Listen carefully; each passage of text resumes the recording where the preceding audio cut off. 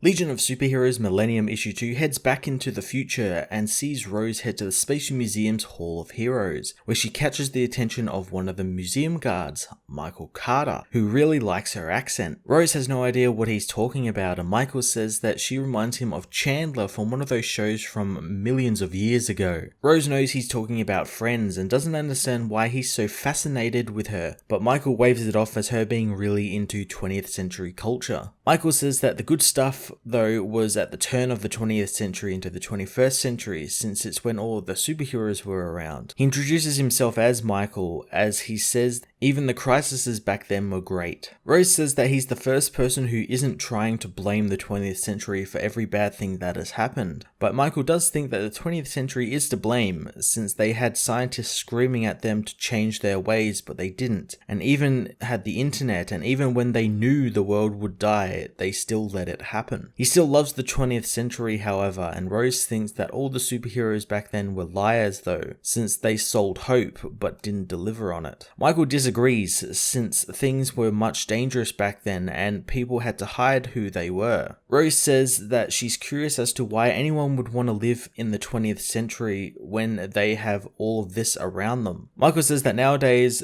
everyone knows what's going to happen, but back then no one had any idea what was going to happen day for day. He wonders if he can take Rose back in time and out to dinner, but Rose wonders how they can time travel. Michael says that they could go back and even clean up the 20th century and be heroes. He says that there is a time machine available to them in the Rip Hunter room, but Rose says that she's leaving, disappearing into the crowd before Michael can ask her name. Michael says to himself that he could be a hero as he sees Rose at the Supergirl hologram praying to the Girl of Steel. Elsewhere, OMAC fights his way through a group of robot soldiers, telling them to evacuate the city since he's going to destroy it. He blasts them back as Brother Eye gives him a power boost, letting him pick up a truck and throw it at the men. OMAC stops as he finds that Thorn has taken out the fleeing robot soldiers. Thorn asks what the super rich scientist did to him as OMAC introduces himself as Thorn begins asking if he gets his powers from Brother Eye. OMAC doesn't want to talk about that, however, but Thorn says that these rich scientists were about to override Brother Eye and have him kill himself, but they won't do that anymore now that he has a power source of his own, a power source that Thorn has found him. Thorn asks who OMAC works for and wonders if he's responsible for the path of carnage through the city. OMAC says that he was prepared for them, as Thorn says it's frustrating to see that the world gets itself together again, only to see the greedy rich squeeze all the joy and life out of it again and again. She says that it's insanity to see it happen again, and how can OMAC stand it? He tells her it is why they fight, but Thorn says that he can't just keep throwing trucks at the problems, and they need to pull themselves together and need to make the world better, since no Superman is coming to help. It's just them, and it's up to OMAC to do something, otherwise he's just another cog in the machine like everyone else. Taking her leave, Thorn says that she pities OMAC if he's just another cog, but maybe she doesn't have any idea what she's talking about.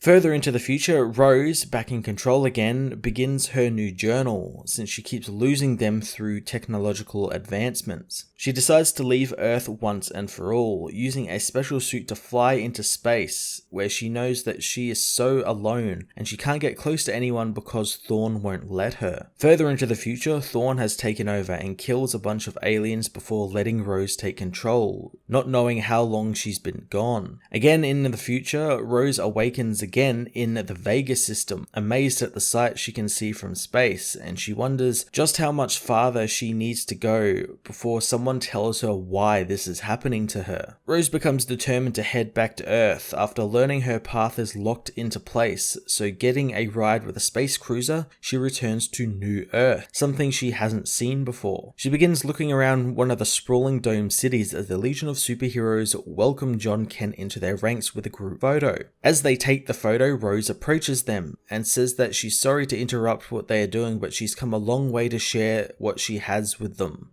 Legion of Superheroes Millennium issue 2 was so much better than the first issue. It still left me wondering why Bendis chose Rose and Thorn as the main character for this small story. It's a very strange choice, and it's either because it's a character no one actually cares about and has forgotten about, or it's a character that he thought he could do something special with. I'm not sure, but it's a very strange choice. But that being said, I really enjoyed this issue more than the first, and it was beautifully drawn by a slew of different artists like Nicholas Scott, Ryan Sook, Jim Chung, and Jeff Deckel. The writing was actually really cool as well, and there was a little bit of Bendisitis here and there, but it was really great since it really displayed Rose and Thorn's frame of mind and just how traveling through time and seeing all these different things happen to the Earth and see it happen in cycles, like where it becomes good and then something bad happens and then good and then it's a big cycle, how it makes someone go a little bit insane and it can be quite lonely. I thought that was quite interesting. The story connects up with the upcoming Legion book, so I'm looking forward to seeing the story continue there and what exactly is happening to Rose.